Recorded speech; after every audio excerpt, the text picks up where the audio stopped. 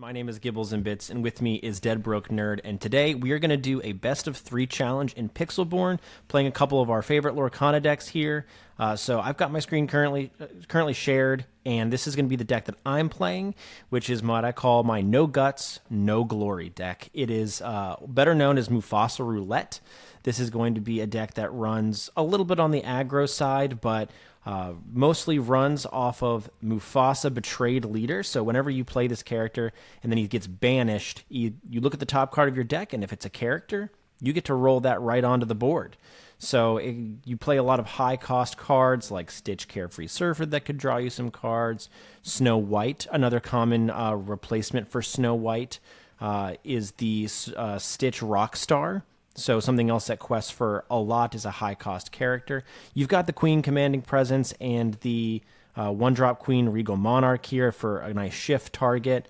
Rapunzel Gifted with Healing and Mother Gothel Withered and Wicked is a very common combo now with red and yellow. So you play Mother Gothel on 2, she enters with 3 damage, and if you can either use something like a Lantern or Just in Time to cheat out Rapunzel Gifted with Healing, you can remove all 3 damage immediately from Mother Gothel and draw 3 cards, bringing Mother Gothel back up to the 3/4 stat line at full strength. You've got a good board presence, and you're drawing 3 cards to continue pumping out cards here. You've got Minnie Mouse Styler Surfer because she's hard to touch and she's evasive. Maui is one of the best mid-game removal tools, usually commands a 2-for-1 trade just because of the high stats and has a rush. So does great there. You've got Lady Tremaine for removal. And if by the grace of the Lord, you do end up bringing in a Maleficent Monstrous Dragon off of that top deck for Mufasa, you are nothing but overjoyed to be removing something for free with a 7/5 stat line on the board. So this is what I will be playing, my Mufasa Roulette No Guts, No Glory deck. DBN, why don't you give us a quick overview of what you will be playing today? Yeah, so I just want to say this is a list that we're going to be showing you Gibby's side of the match. So I don't want to take too long telling you about mine. If you want to know more, you can check out the video Gibby and I did about budget Amethyst lists, because this is basically a slightly spiced up version of that. It's one of my favorite lists from first chapter, and I've been continually testing and upgrading it in the Floodborn meta. So it's basically an evasive aggro list. I mean, not too much more than that. It doesn't have all evasives, though. It has a nice little mix of some rush as well as some of the Emerald Don't Challenge Me characters like Flynn Rider and Cheshire Cat, as well as Mad Hatter. And then a lot of anti-aggro tools from Jasper to Genie on the Job and John Silver as well. A little bit of card draw, of course, with Maleficent and friends on the other side. It's a pretty streamlined deck in that I think most of the deck knows what it wants to do, which is to get on board and stay on board by disrupting things with a lot of bounce cards. But the nice little bit of skill expression comes in, especially the 3 slot, where you have a lot of different options which play around what you're matching up into. So anyways, that is my surprise party list. And I'm excited to see how it can hold up against the deck that costs $400 more than it. Yeah, I mean, you said you spiced this deck up, and it's still within our budget. Yeah, it's limit. Just the 3 John Silvers. So yep. So you're still definitely there. Yeah, let's go ahead and get into the match. I'm going to go ahead and share my screen for Lorcana. All right, I've got Lorcana pulled up. You ready, buddy? Yeah, let's do it. I'm excited. All right. See if we find a worthy opponent. We're both worthy. Totes adorbs. So I might be tipping my hand here a little bit for what I'm going to be doing, but I am going to talk through some of my plays since I am sharing my screen here. So we look at our opening hand here. I am going first, and I'm always going to lean on having a little bit less uninkables just because I am going first. This is a good uninkable to probably have out the gate, so I'm not too worried about that. But let's go ahead and get rid of that and probably the duplicate of that for now and see if we can draw into something. All right, we've got a decent curve going here, even though we don't have our 1-drop to play. But let's go ahead And we'll get rid of Inca Mother Gothel, and we'll pass. Since we don't have the other half of the combo in hand, if we had our Rapunzel in hand, I think we would probably keep that Mother Gothel. All right, well, I'm going to go ahead and ink a Flynn Rider. And unfortunately, I also missed my 1-drop. I think that's not the end of the world usually for this deck. But at least we both we both missed ones. Yeah. All right, so I've got a couple choices here on where to go next. We've got a pretty decent curve out here. I think what we're going to do is we're going to get rid of this Queen of Hearts Rush, and because we're playing a little bit of we're a little bit okay right now on tempo, I'm going to go ahead and cheat out a Lantern. Oh, nice. Very good. And pass it over to you. All right. Well, okay, let's see.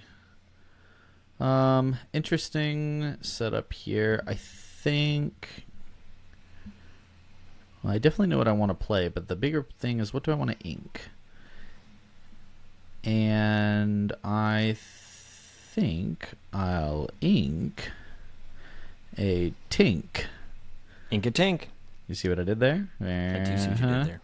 All right, and we're going to just drop our little Flynn Rider on the board. Your turn.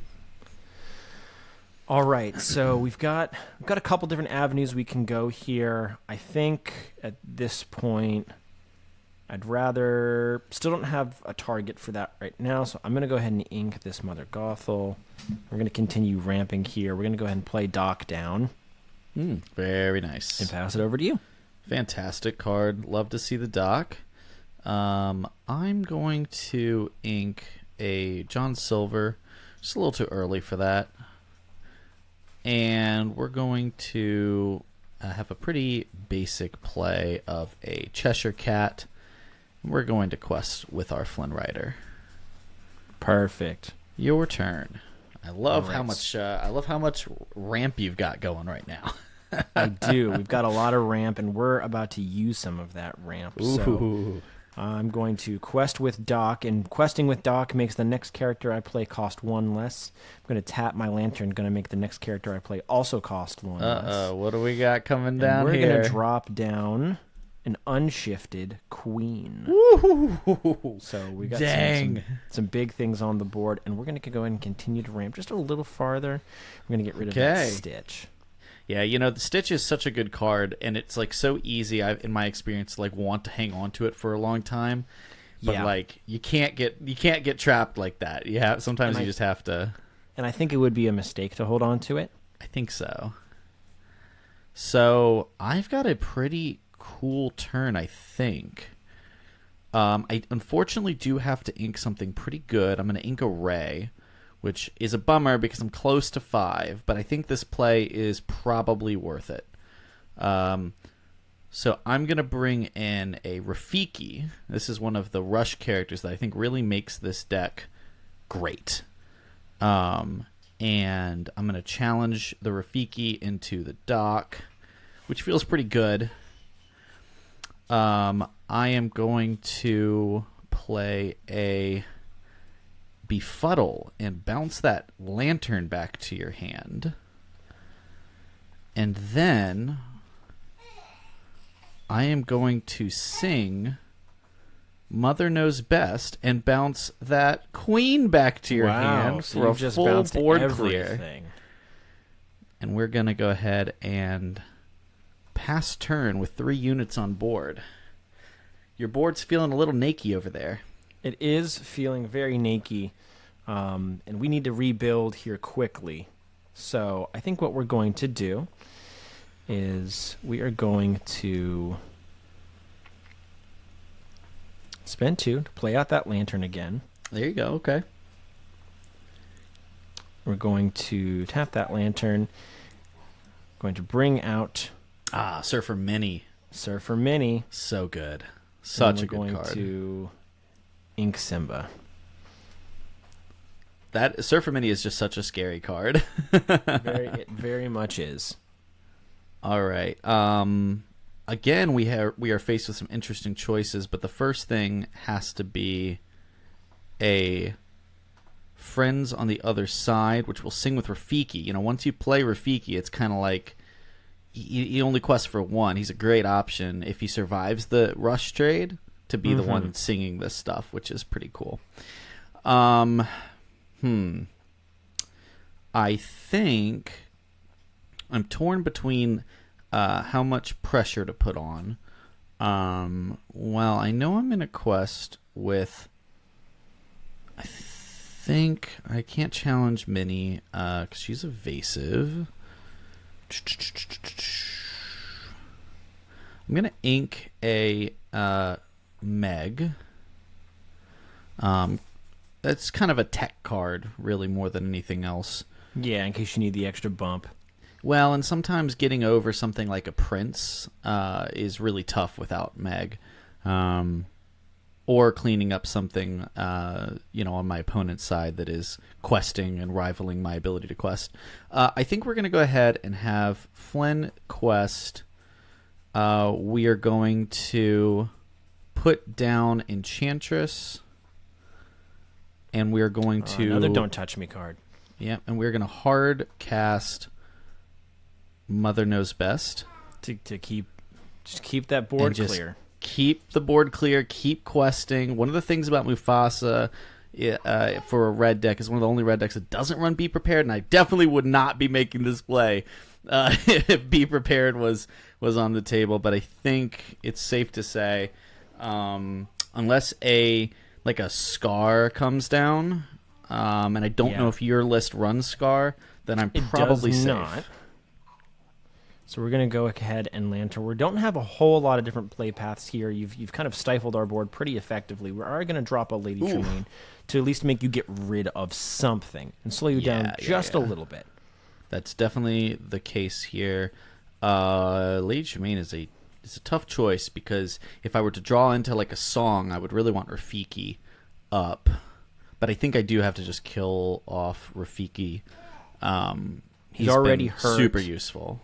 Yeah, he's already hurt. He doesn't quest for as much, and he probably is your, least likely scenario here. Yeah. I do have a tough choice here. I do need to continue to be able to build out a little bit. Like I've got some high cost cards in my hand, and you wonder, should I continue to ink here? And I think we do, because we need to be able to, hopefully, if we draw something cheap, be able to put multiple things out on board at the same time to try to continue to maybe build a better board presence. So I don't like doing it, but I did have to ink that queen. For sure. I think, I've spent a lot of resources denying your board state, which I think was definitely the play. It does make my hand a little weird now, so I do have to. This is a tough choice, but I'm playing Friends on the Other Side, and I'm debating if I want the Cheshire Cat to sing it, which doesn't put me as far ahead, or if I just want to hard cast it and then not be able to play as many things next turn. And it's tough because if I were to draw into something great, like a 5 or 6 drop, I'd be really happy. If I were to draw into a bunch of little things, I'd be a lot less happy. And I think I'm going to roll the dice on the song.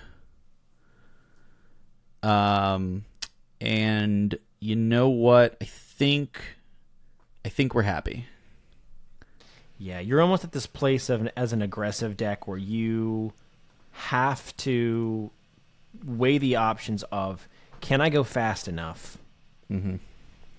to get out in front where it doesn't matter what my opponent does? You know that I probably have better late game than you. Certainly. Some more potent late game, so you have to kind of weigh the options of, do I think that I can I go faster than my opponent can handle? Yeah, exactly. And I think something like doing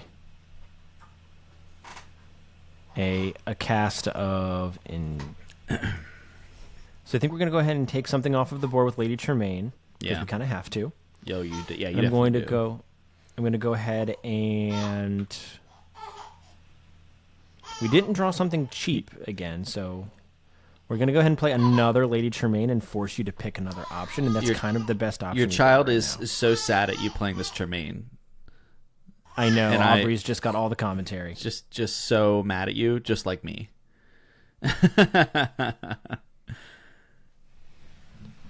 All right. So now that you've gone ahead and gotten rid of a target here, we're going to go ahead and, knowing what I've got in hand, we're almost in danger of not being able to keep up with you anymore. So I am going to, unfortunately, go ahead and ink this Mufasa. Oh, yeah. That's a situation where I think the Mufasa ink is the correct play. Yes, and because we're looking forward in my hand, and if I draw something inkable, I'll be able to play 2 pretty quality cards next turn. Yeah. So we're looking at possibly being able to start taking a little bit of board back, hopefully before it's too late.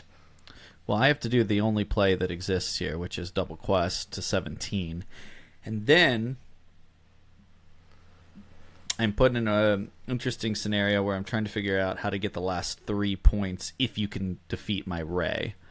And I think I do have some interesting options. It's just a matter of what is the best option. And I think it's like a super basic drop the Pascal, and then I will bring in Zeus. Now, this is the weird part that I'm like, this is where I could, I think, win or lose the game, which is if I get greedy and rush the Tremaine. The Tremaine presents an ability to challenge Cheshire Cat. Probably can't sing anything. You questing with it doesn't matter at this point. I don't think there's a reason to challenge Tremaine, but I just get that. I've just got this weird nervous feeling that that I'm going to regret that.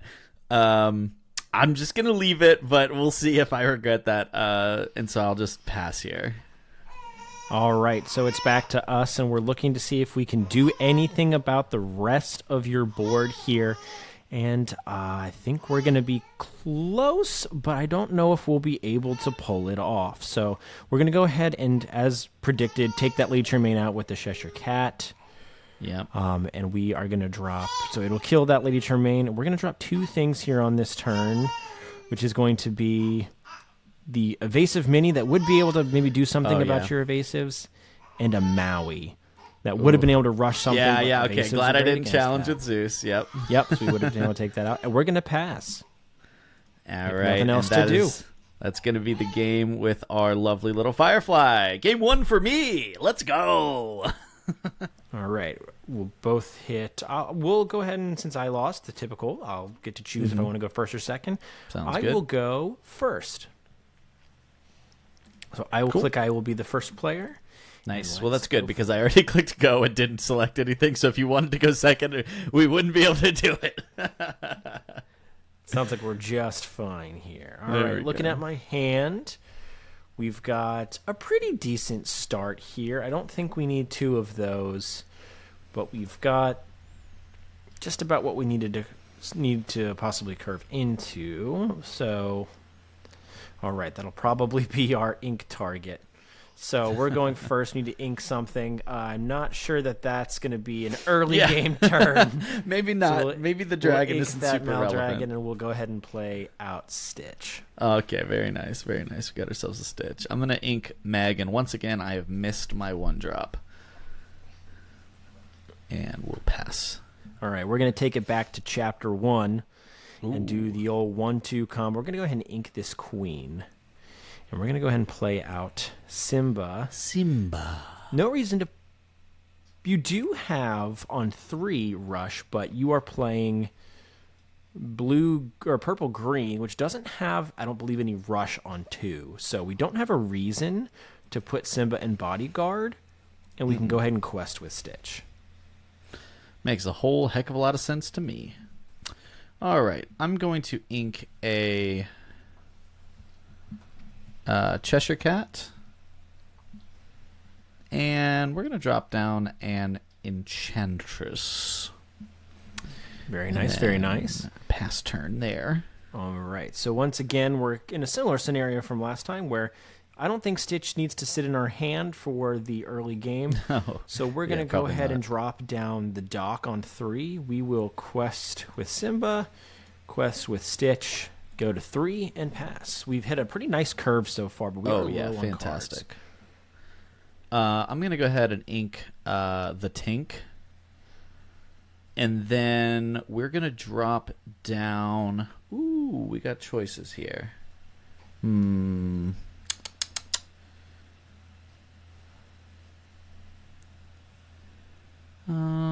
very undecided on what the play is here. I think the play is Cheshire Cat. And then I'm going to quest for 2 and pass it back to you. All right. We're big on rhyming with this deck. We've got the Cheshire Cat and the Mad Hatter. I think they did a lot of rhyming in the movie, so... Yeah. So we're in an interesting spot here because... Enchantress does have +2 attack when being challenged, so she would kill Stitch, she would kill Simba, she would kill Doc. But what I think we're going to do is... So we're going to quest with Doc regardless, right? We have that ability. We're going to go ahead and ink Mother Gothel. And we're going to play out Maui, who will live. Oh, that is brutal. The challenge from the Enchantress. We still have our Simba bodyguard up. So he's got a Cheshire Cat on board that can't challenge anything right now. We're going to quest with pretty much everything and kind of keep the pressure on. What we would be afraid of here on a return is him being able to sing Mother Knows Best with Cheshire Cat to get rid of Simba, and then being able to play something like a Rafiki to take out the Maui. But that's a very unique combination for an early kind of game turns that we will go ahead and take our chances here. We would still have decent board pressure. So yes, I'm facing down quite a bit of... I'm facing down another 4 questing on your side, which is not ideal. The big problem for me is my hand is a touch clunky. So I'm going to ink Maleficent. We like to hear that. Yeah. And drop a Flynn Rider and another Enchantress and quest for 2. And then we are going to pass right back to you. It's not a great situation. Missing turn 1 2 games in a row. Yeah. Doesn't feel great, especially when you hit that just fantastic curve. I mean, it is a great curve. 1 2 and then 3 for a Doc. When you've got a bodyguard and everything, it's a great curve. Yeah, your deck is definitely built to basically say you need to come to me. Mm-hmm. And that kind of board state, especially being going first, basically says, you need to come to me. Yeah, exactly. It doesn't necessarily feel like your deck has that. Kind of a good response for what has happened so far. So we're going to go ahead and quest with Stitch and Simba. And we'll go ahead and quest with Doc here. And what we're going to do is, even though we have the ink to play it, we might be able to ink something out and play... ink something and play something else out either. With what we're going to draw... from this Rapunzel that is going to heal the Maui for 3. Oh, yeah. And exactly as we kind of were hoping, we're going to go ahead and get rid of this Maui. And we're going to put out another Simba. Ooh. All right. Yeah, this is looking just about over now. And I probably could have put him in bodyguard, but I didn't necessarily felt like I needed to. The one thing we do have an interesting decision here on... some things, and I'm going to make probably what's an unconventional play, just knowing the board that we've got. I'm actually going to trade this Maui into this Cheshire That's Cat. definitely the play, yeah. Because it stops you from singing and taking back some presence here. So you've got your 2 characters that can't necessarily take out the Simba together, being Flynn and Enchantress on their attacks. Yeah, this game is just about over. Unfortunately, we did not find a single bit of removal, whether it be rush units or bounce cards. So there's really not much to do but cry. So we'll go ahead and we'll drop a Mad Hatter and we'll just sort of play this out. But there's almost nothing I think that I can draw at this point that gets me out of that board state. Sure. Yeah, it's definitely a tough spot to be in. So we're going to go ahead at this point and continue to keep the pedal to the metal in full quest, which is going to take us to 18, and we're going to drop our centerpiece here, being that Mufasa, which is going to be really hard to clear. And we'll go ahead and ink the queen. We don't really need her queen at this point. It's going to be a little slow. Oh, now I get it. Ink the queen. Now, all right, so now I get a Mother Knows Best. Way too late. Yep. And I will bounce my Mad Hatter and go ahead and scoop. All right, game 2 over to me. We hit our curve, and we kept the aggro on as the game plan would be for this deck. This deck doesn't necessarily look with all the late game that it has like it would be a deck that can put this early game pressure out there, but it definitely has the capability to do so if it hits, I don't know, a decent curve too. Yeah. One of the better going aggro first, tools, and yes, going it does first, help. hitting the curve, being able to discount things. I really needed to have found some rush units or some bounce cards. Yep. And so, I mean, if not disrupted, that deck can just run away with the game so fast if you hit the right things. I'm gonna choose to go first this time for the first time, and hopefully we can hit a 1-drop too. That'd be nice. There you go. All right, so you're gonna go first. I've got that same. One of the things with me is I prefer, even with decks like this, I prefer not to overload my 1-drop slot.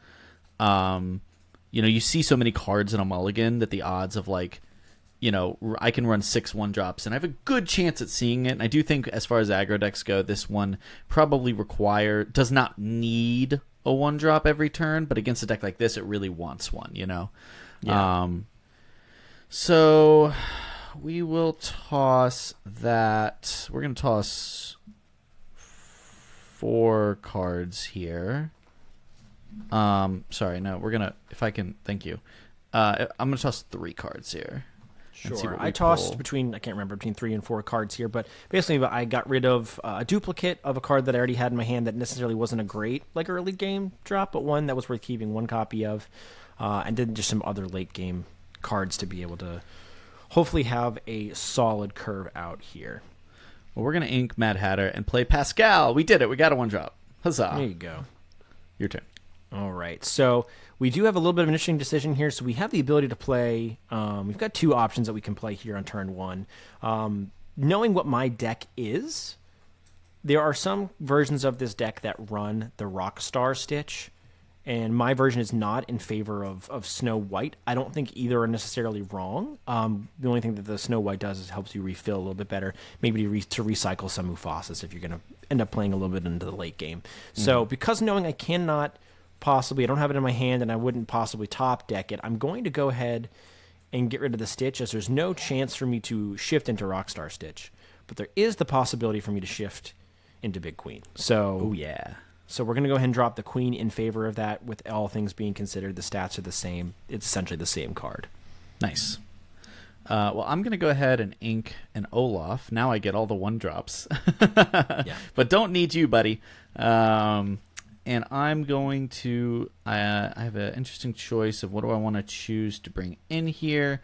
I'm going to choose to bring in Enchantress. I think it's just a little more annoying for you to clear if I can get ahead on the board.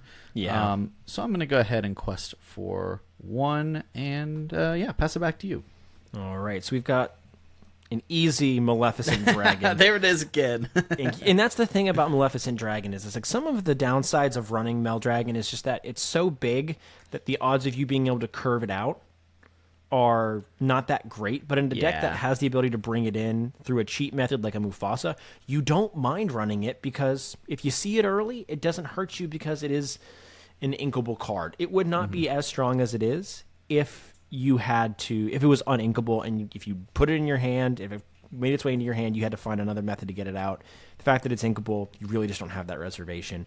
And we're going to go ahead and play out our bodyguard here, and we're going to go ahead and quest with the Queen and pass. So we're always afraid knowing this color combination, and because we have the knowledge that we saw it in game 1 that he's running it, there's always this fear that he could drop a Rafiki on 3, and that'd be a really great way to be able to clear Simba, but we don't really have that choice right now, we think we play that game. Yeah, I think that's a totally fair observation. So what I'm going to do now is I'm going to... It is an interesting angle. I'm going to ink a... I'm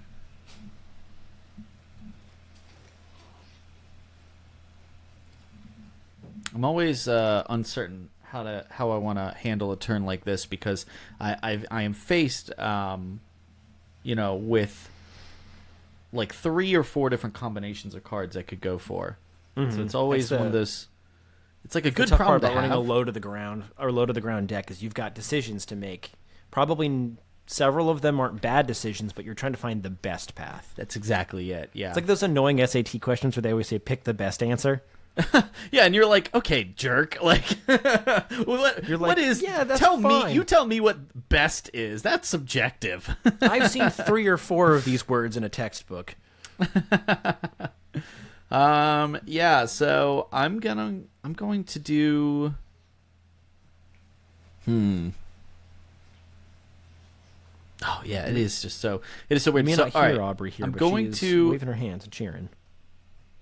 Oh, yay, thank you. I hope for me. Probably not, but I'm going to hope anyways. I'm going to befuddle your Simba back to your hand. Okay. Which I do think is nice in this scenario. I'm going to ink a Meg and drop a Flynn and quest for 3. And end my turn. And... that's a good play. Oh, look at that. Look what we top decked. Another dragon. Hey. So you used a tool to remove our Simba here, who's got kind of a big booty. Yep. And what we're not necessarily happy about that. Befuddle only allows you to return something that is 2 or cost more, and there's probably not going to be, based on what you know is in my deck, a better 2-coster to return back to my hand. So yeah, it was the lantern was a great one.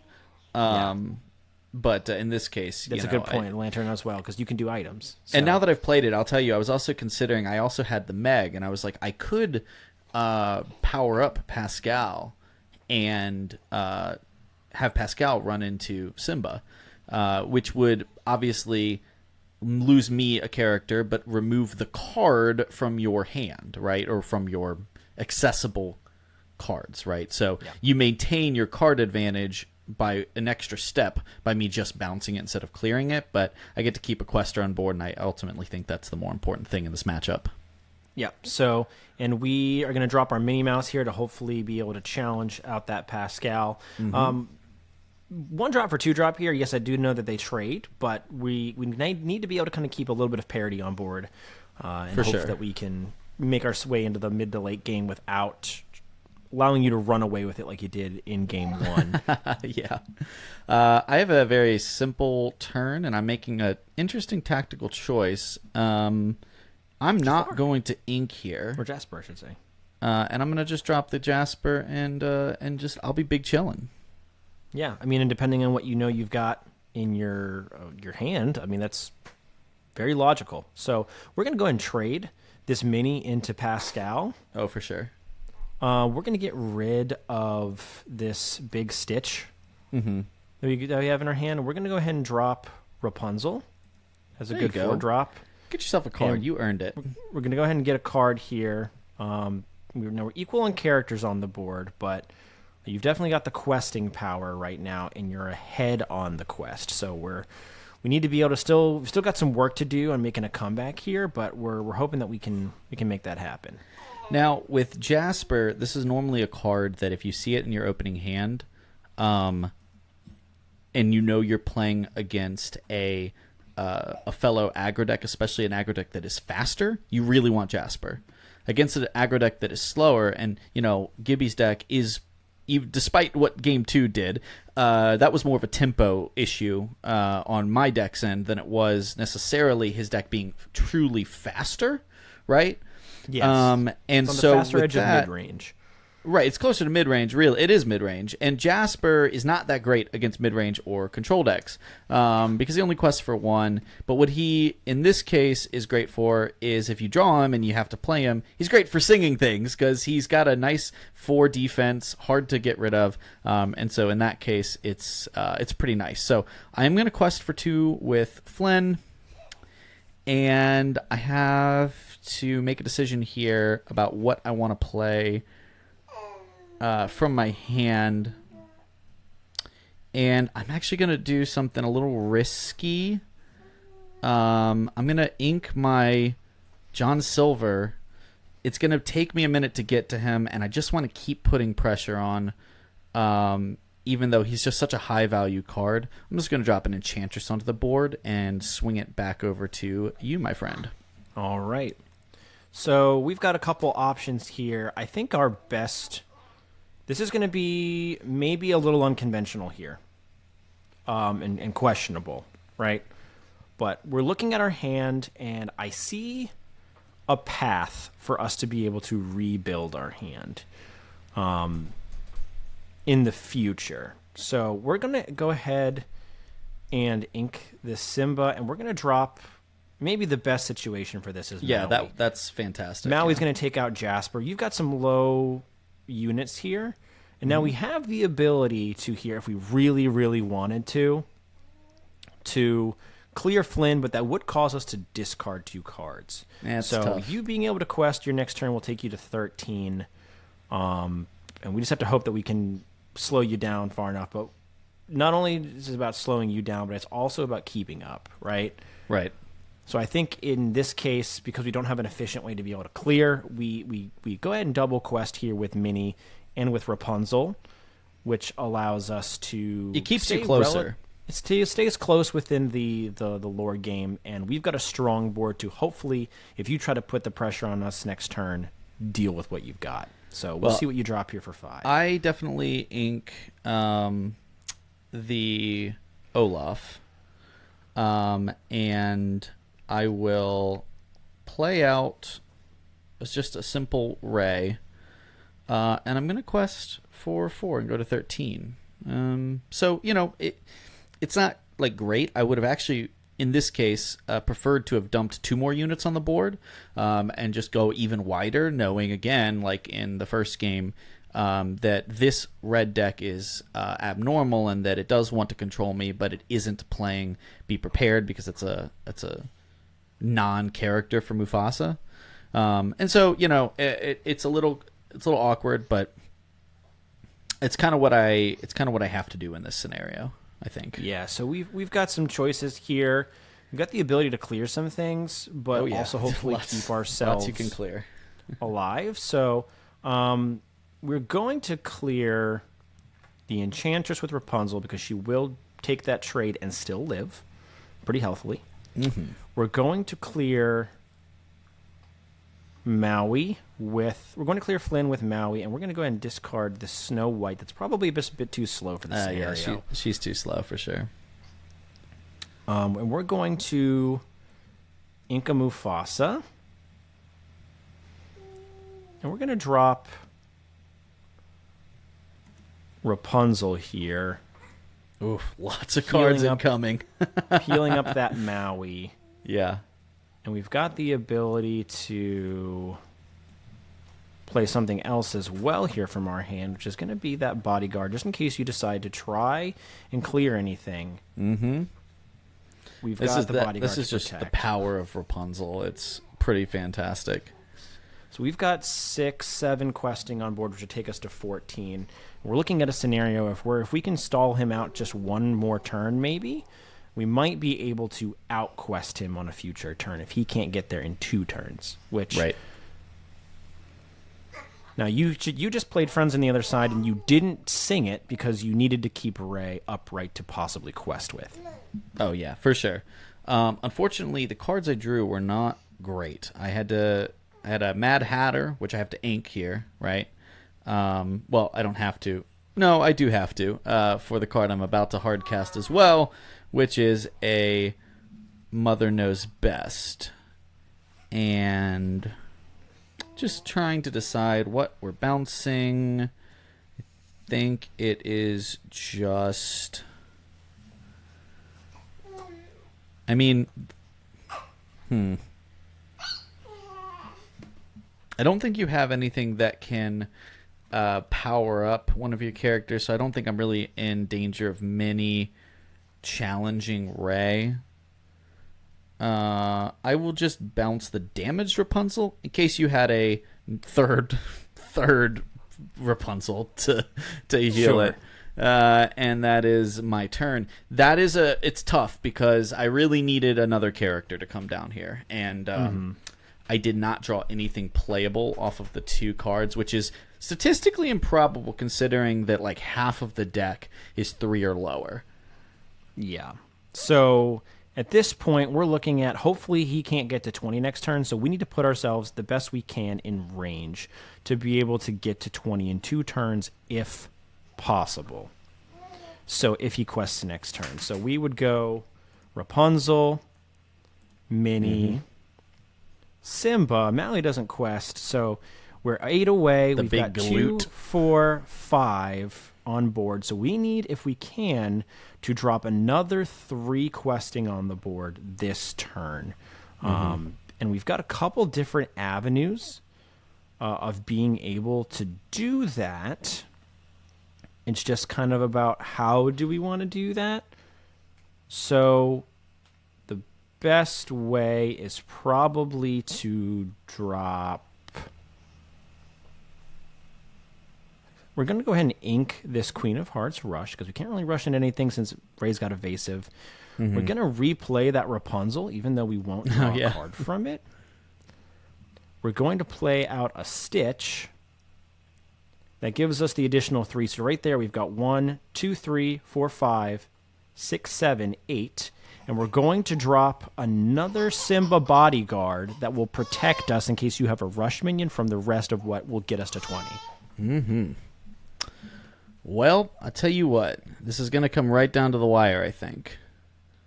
I'm going to quest to 19, and the card that I drew along with the Mad Hatter and could not play is, in fact, a genie on the job. Which you'll be able to bounce something Which with. I think will bounce one of the Rapunzels. It really doesn't matter which one, I suppose. Probably not. And now that should, if my math is right, put you to only hitting 19 off of a full quest. I believe you are correct. 2, 3, 4, 5, 6, 7. Yep. And as long as you can't kill both my things or find some sort of, I don't know, crazy shift. I guess this is where maybe the Rockstar Stitch would be a game saver. Yeah, but probably would have been, that probably would have gotten us there in this case since we have the Stitch on board. But I do think that will prevent us from getting exactly where we needed to go since we don't really have any direct removal. The whole point of this deck is you want to run minimal amounts of songs and actions and items so that way when you do play your Mufasa off the top, you do get the highest chance of pulling a unit here. Problem is against an evasive deck, Mufasa really can't challenge much, so you don't really get that ability to see that top deck action happen. And we didn't draw any Tremaines, which would have been great this game to be able to remove that Ray a couple turns ago. Yeah, I was definitely sitting there like, hoping if Tremaine I lose, that was definitely running through my head, especially when I missed that, when I missed a 3-cost or lower off of that Friends. Yep. So we're going to go ahead and drop a Mufasa, and we'll drop a Mother Gothel, and it will be a game over by We stole one. it. We stole it. Oh, my gosh. Oh, Genie did it for 2019. Genie is such a great card, man. He is. The evasive and the bounce built in is awesome. Aubrey is mourning your defeat. She is. She absolutely is. What a loyal bebe. Well, that was a great best of 3. I think it did a great job showcasing both of our decks on a way that both the Mufasa Roulette and the aggro evasive green-purple can both run away with games on their own. They're in their own right with the right kind of card draws. And your deck is really hard to touch and really wants your opponent to come to you. And my deck, if it can hit the right curve, is really hard to deal with kind of some of those ramp into the late game really effective units. And necessarily, we didn't get the Mufasa out on board and then start pulling top decks, but that's more of a matchup thing, if anything like that. I suppose so. Like, one of the things that I noticed with that is once your deck was entrenched, it wasn't going anywhere, and that was what happened in that third game that made it so scary. And again, you know, we I think we mentioned it right at the end of the third game, but like there was a couple moments there where I'm like, I just have to fingers crossed hope that there's no Tremaine in hand, because that is one of perhaps the only ways to set up some sort of like removal that doesn't require challenging, but because your board is so big, you basically get to challenge around the thing you can't hit otherwise, take everything else out, leave Ray in that case as the only thing, and you would have been able to kill it. So slightly different draw pattern, and I think you are able to salvage that game. And frankly, the big thing that was scary is I'm looking at that board continue to grow despite it challenging my things, because you keep healing everything off with the Rapunzels. You keep putting down the bodyguards. That deck refilling is my hand. Refilling your hand. And that deck's ability to just sort of stick everything and nothing really goes away. It's not just the Mufasa. It's it's the healing, it's the bodyguards, it's the big Maui coming down, taking a clear, and then sitting there saying, "I'll clear the next thing," is pretty intimidating. So I would definitely recommend, if you're going to play any sort of Amber and Ruby list, the 3 cards I would almost undoubtedly put in there, if you can figure it out how to do so, is Rapunzel, great, gifted with healing, one of the best cards in the game still from Chapter 1. And then Maui is fantastic for those mid-game to late game rushes where you can pick your spots. You can probably determine a commanding 2-to-1 trade for something on board. Or if you can also drop Mother Gothel in there, the 2-drop, you've got a really easy navigation way to put down 2 units that have solid bodies and refill your hand even more than it costs to play both those units and probably ink to get to that point too. So it's a really great early to mid game transference if you can add either 2 or 3 of those cards in there in whatever Ruby Amber deck you're playing. And one of the great things, of course, is that in Pixelborn, you know, unlike a lot of other, because it's, I guess, a free project, you can just have all the cards. You get to play with all the cards anytime you want. So, like, cost, you know, doesn't matter. And, you know, while I think that there's certainly an appeal to, you know, my list being pretty inexpensive, that don't matter on Pixelborn. And one of the things about Rapunzel that just continues to boggle my mind is that it does all of that stuff and still quests for 2. For 2 questing. And it's inkable. It's fantastic. So, yeah, such a great card. Well, thank you for joining us for this best of 3. Feel free to check out all of the other videos on our YouTube page for Camp Legend. We're going to be doing all sorts of Lorcana, Pokemon, and other new game content with our starter set series, where we delve into a different digital card game or other type of card game or other digital game for that matter. Every single month, we'll be kicking that back up here, similar to how we did in 2023 and 2024 here. We're going to be starting our January with Warpforge, so the online version of Warforge here. So feel free to check out our videos there. I'm sorry? Warhammer, not Warforge. I know. And there's 40,000 Warhammers or something. I keep hearing this. So. And I need to see all 40,000 of them. I need all 40,000 Warhammers. We don't know what we're doing with that game. It is an IP none of us have ever tried. So but that's why we're doing it. Yeah. Well, thank you again for checking out our video, and we'll see you next time. Peace.